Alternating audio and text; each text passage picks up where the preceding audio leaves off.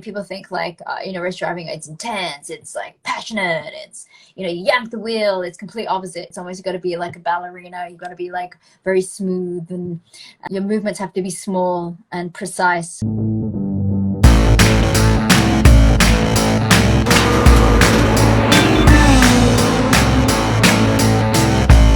Hello everyone, welcome back to Secrets to Success. I'm Crystal and thank you for joining us today. And today's special guest, we have the one and only Claire Jedrek. She is Singapore's only female race car driver, and she has won the first podium placing of second at the Malaysian F1 support race. She's also a lifestyle and motorsport presenter, and she's presented for numerous Singapore F1 events and has commentated at the Singapore Grand Prix. Claire, you really have quite a resume. Not many females, or at least in Singapore that I know, are like you. Yeah, it's been an interesting journey. I think if you asked me 10 years ago, would I have been doing this, I would have had no idea. What is your proudest achievement in your journey or your career in racing?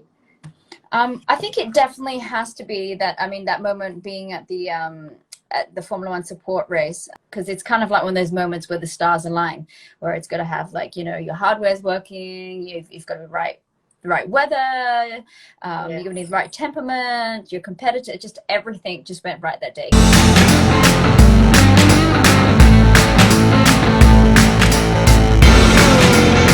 The only female in my category.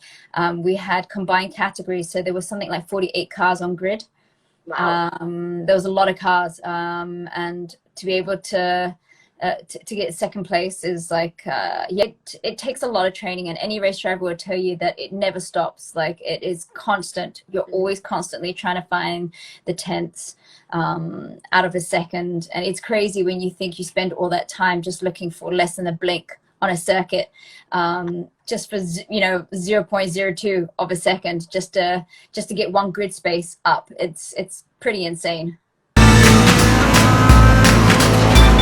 do you stay in tip-top condition in terms of physically and your health in the lead up to a race? Well, I mean, it's so hot in the car. I think people don't realize, with the race cars especially, I mean, it's very different in Europe because you don't have that kind of heat. We have the humidity. In my car, I got up to 50 degrees heat. We don't have we don't have aircon, because it's all stripped out. The cars are bare minimum for weight. Certain other cars you have nothing. It's like a hot box, basically. It's like a greenhouse in there. It's really, really hot. The hardest thing probably was the heat. I think nothing can really prepare you for the heat. I remember the first time I didn't hydrate enough. Also, I mean, anatomically, male bladders are a lot bigger than females. We've just got more organs. Volume-wise, is it? Volume of blood that you have? Yeah, exactly. Well, yeah, because, we've got our wombs and blah, blah, blah, and just got, more organs going on. So, if I was able to take, if I was drinking water, sometimes I'd be like, after half an hour, I need to go to the toilet, and to get out of this car, it's just to get out of your suit, because we're wearing, I mean, bar from females, we've got an extra layer, I mean, because we've got our sports bras. Yeah. Sports bras, and then you've got your fireproof wear on top, which is really hot, but it will protect you should anything ever happen, and it's very rare that it does. You're protected from fire if the car catches on fire, or fuel leaks, or something happens. It could be anything. And then, of course, you've got your race suit on top, and that's also fireproof.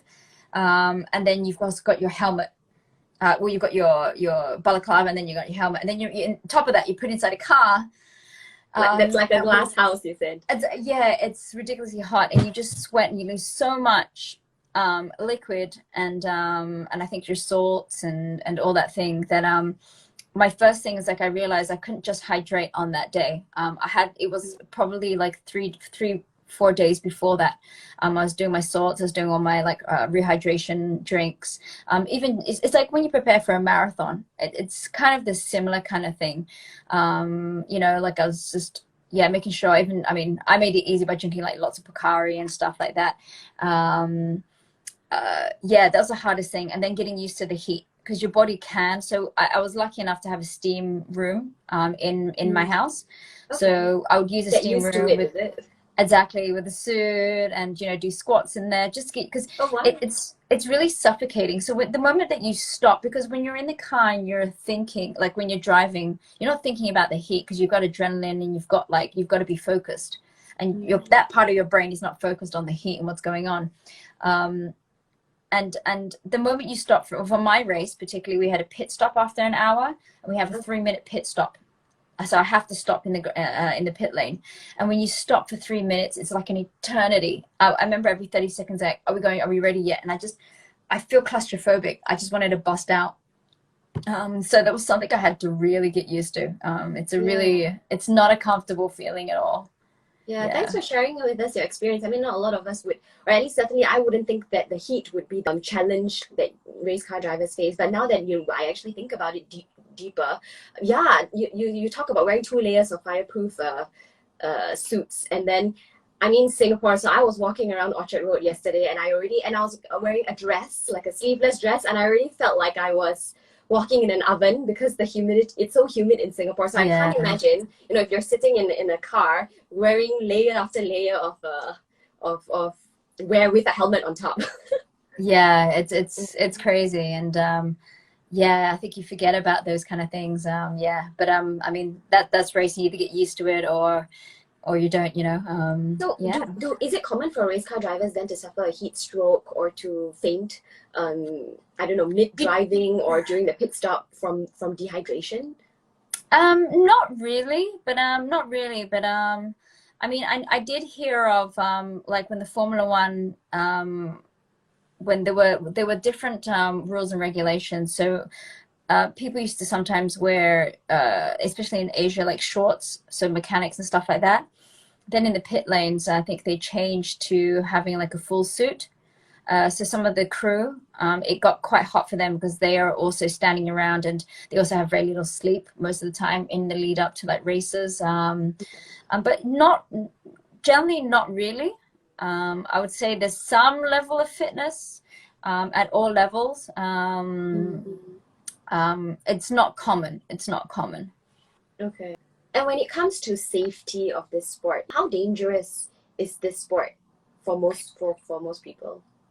To be honest, I mean, statistically, you're more likely to die jaywalking across the road. And I mean, that's the truth, because you're under controlled conditions on a circuit.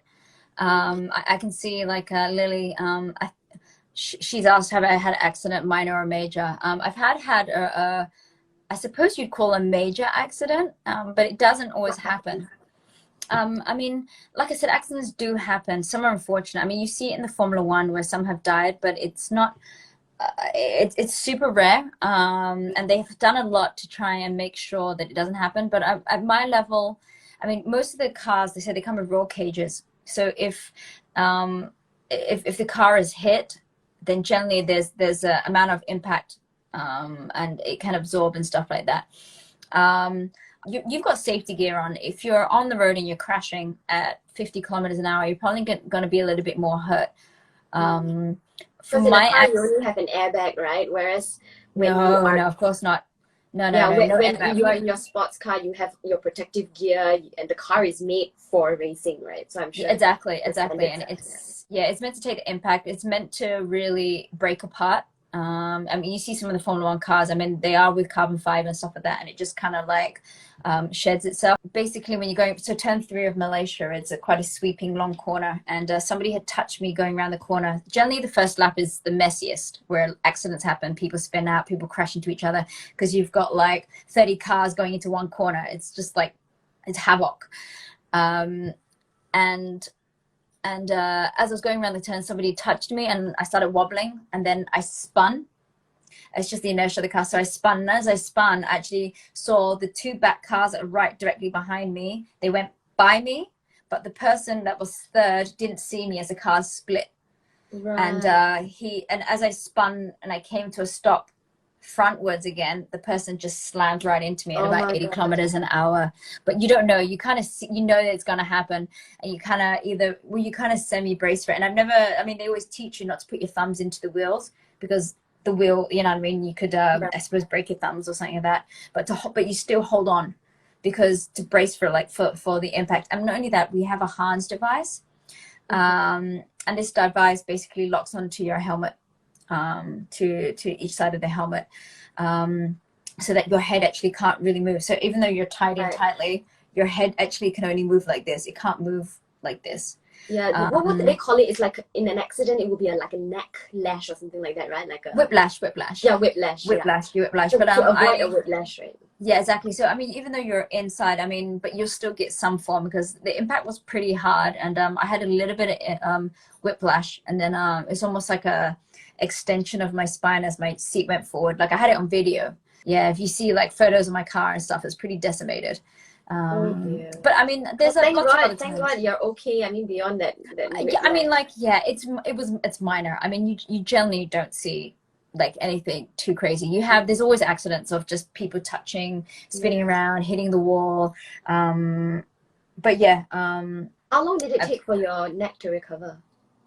I mean, whiplash, it was about a week and a half. Whiplash, it was, I mean, I had like I said, Hans device, which is exactly why it was made. How do drivers like yourself remain focused and put away the worry of knowing that in a split second anything could happen, which could lead to accidents or injuries? Yeah, we never think about it. I don't think about it. I guess, I mean, that's like anything in life. If you're going to sit there thinking about what could happen, you know, it's something that hasn't actually happened. So, I mean, why, or, you know, it might not ever happen. So why think about it? Why worry about something that has not happened or might not ever happen, right? Exactly. So, I mean, there's no point living in fear that way, because then, I mean, at the end of the day, I mean, you're always going to be anxious about something. I mean, there's things to be preventative against that, and that's why you train and, you know, and stuff like that. But that happens all the time. For drivers like yourself, you know, who have now a family and 2 children, do you sometimes worry whether you should compete as actively as before? Do you find yourself a little bit more risk averse than you were previously before having a family?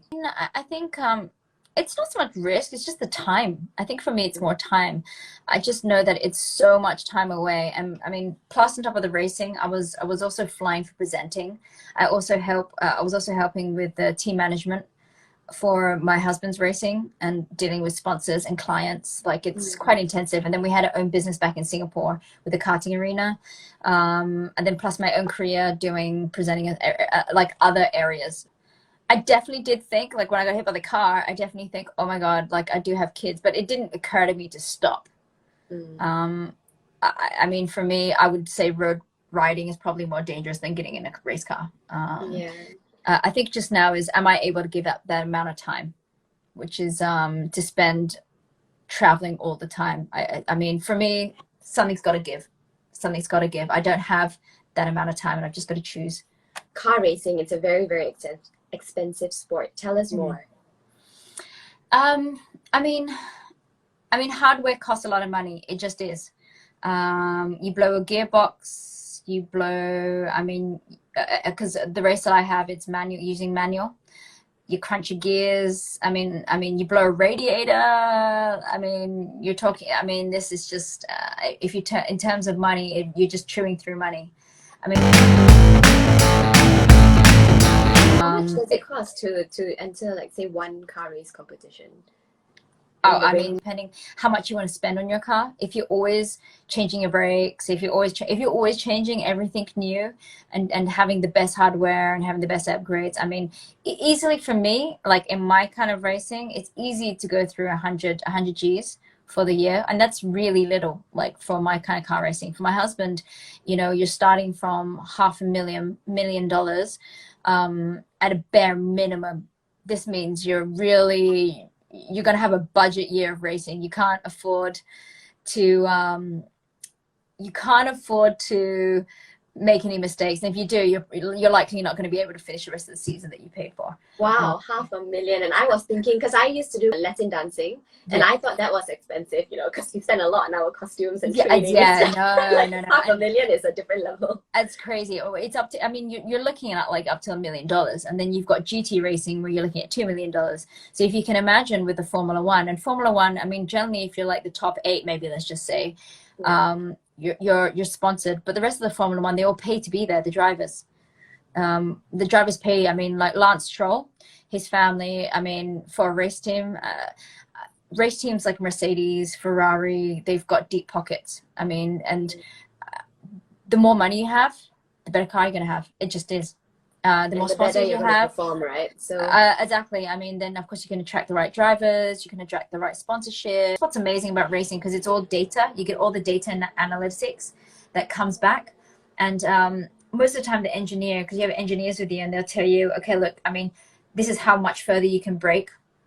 This is how much faster you can go into that turn. You're not actually reaching the maximum speed before you brake. It's all data, it's all there, so they can actually tell you how much more you can push or take back, and you've got to be able to trust that data, and then of course then be able to, like I said, translate that back into the car. Yeah, it's very important. Of course, that's what testing is there for, to get to know your car and to know your setup of the car, because if you get into somebody else's car, the setup's really different, and it's quite scary. Yeah, it's very interesting what you said, you know, that the data that gets given back to you helps you, because then you're like, oh, I can actually speed up a bit more before I make that turn or something, and then you can use that data to help you improve in future performances. Oh, absolutely. Data is everything.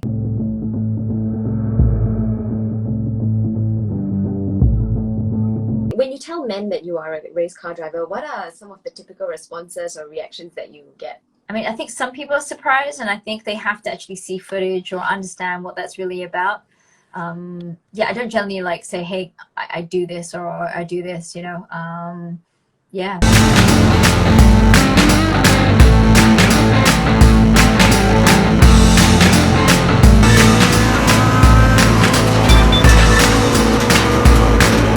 Being a race car driver, when you drive on roads, do you sometimes have the hunger for speed or like for corners, or are you very distinct about like, I'm on the road though? I mean, sometimes it's nice, like when you go into a nice car, you know, like it has like well, like I said, different cars, different manufacturers, and you get into it and you think it would be nice to test this out on the circuit and stuff. I mean, we used to pop up to Malaysia to go do that on the roads there, but I mean, it's just not worth it here. I mean, in Singapore. And also, you know, for me, it's not about me, it's more about the people around me.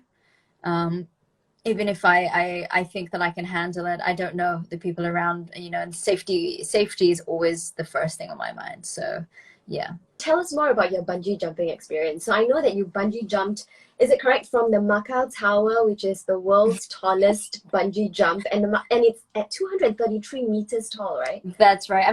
I'm a bit of a thrill seeker. I think it gets a bit harder. I don't know. I don't know if I do Macau again. What did it feel like? Like, was that a lot of butterflies because you're just like 200 over meters tall? I think I just went up there and did it. I thought I jumped this beautiful swan jump, and I just kind of like ragdolled and sounded like a turkey as I went down. I jumped and like the cord pulled me down. I just went, it's so bad. It's on the internet. If you type in like bungee Claire, it's so funny. I sound awful. It's the worst bungee jump video ever. It's on YouTube, is it? It's not glamorous at all. It's pretty damn shit. But I mean, it's 233 meters. I don't think I would look glamorous or anything like that. I would be screaming my heart out. You know what? I had this beautiful swan jump, like a Titanic movement. It just, no, wasn't that at all. My husband was like, I think he saw the video, who was like, yeah, that was terrible, that jump. So my best friend came to Singapore last year, and we went out. We went to Clarke Quay, and then we saw this G-Max reverse bungee jump. Oh yeah. I've been on there lots when I was drunk. Is it? So yeah, it's only 60 meters tall, but even watching that, right, my palms got sweaty. I don't think I could ever do Macau. Oh, that's a different kind, because you got negative G's on that one, kind of, because when you bounce up to the top and then it free falls down, I suppose, yeah, that's a kind of feeling of the negative G's. That's but also you had the acceleration going upwards. That's quite crazy. Yeah. And I mean, like, it was so close, because spectators can literally like stand right there and watch. And I see people screaming from up there, and I'm like, I will support you and watch that, but I don't think I could get on that. I suppose at that time when myself and Yui opened up the karting arena, we decided, after having a traditional racetrack, we used to have one in Changi, and we used to do competitive racing with the old with motors, and we changed to electric. And the actual setup is more expensive, but it was a lot more accessible. We try to price it so that everybody could be part of it. We spent so many years trying to work with the government to try and make it something to be accessible. And we decided, let's just make it an entertainment value, and then everybody, and try and lower the cost so the barrier entries are lower. Then everybody can learn about motorsport in a fun way, and that's how we get to access everybody. But for people who want to do go-karting, where can we find the karting arena? Well, the karting arena is at Bukit-Timah. It's just 15 minutes from the city. I think that's the great thing about it. It's in the middle of all the sports venues. So it's at the grandstand at 200 Turf Club Road. A lot of people don't always know about it, but it's right next to the rugby pitches and stuff. And we've got like a 500-meter circuit. It's got 11 turns. Like I said, we're an electric kart, so there's no fumes. I think that's quite important to a lot of people because they're quite intimidated. You don't have heat coming off an engine. Go karting at the end of the day. I mean, I think what's great is whether you're like 9 years old or you're 70, you're sharing the same experience, and it kind of transcends then age, gender, religion, you know, all these kind of aspects. So that's what's really awesome about karting. Thanks very much for sharing your experience and your career and journey in professional car racing. Huge shout out to our viewers today. Thank you very much to all of you for tuning in and listening to Claire's story.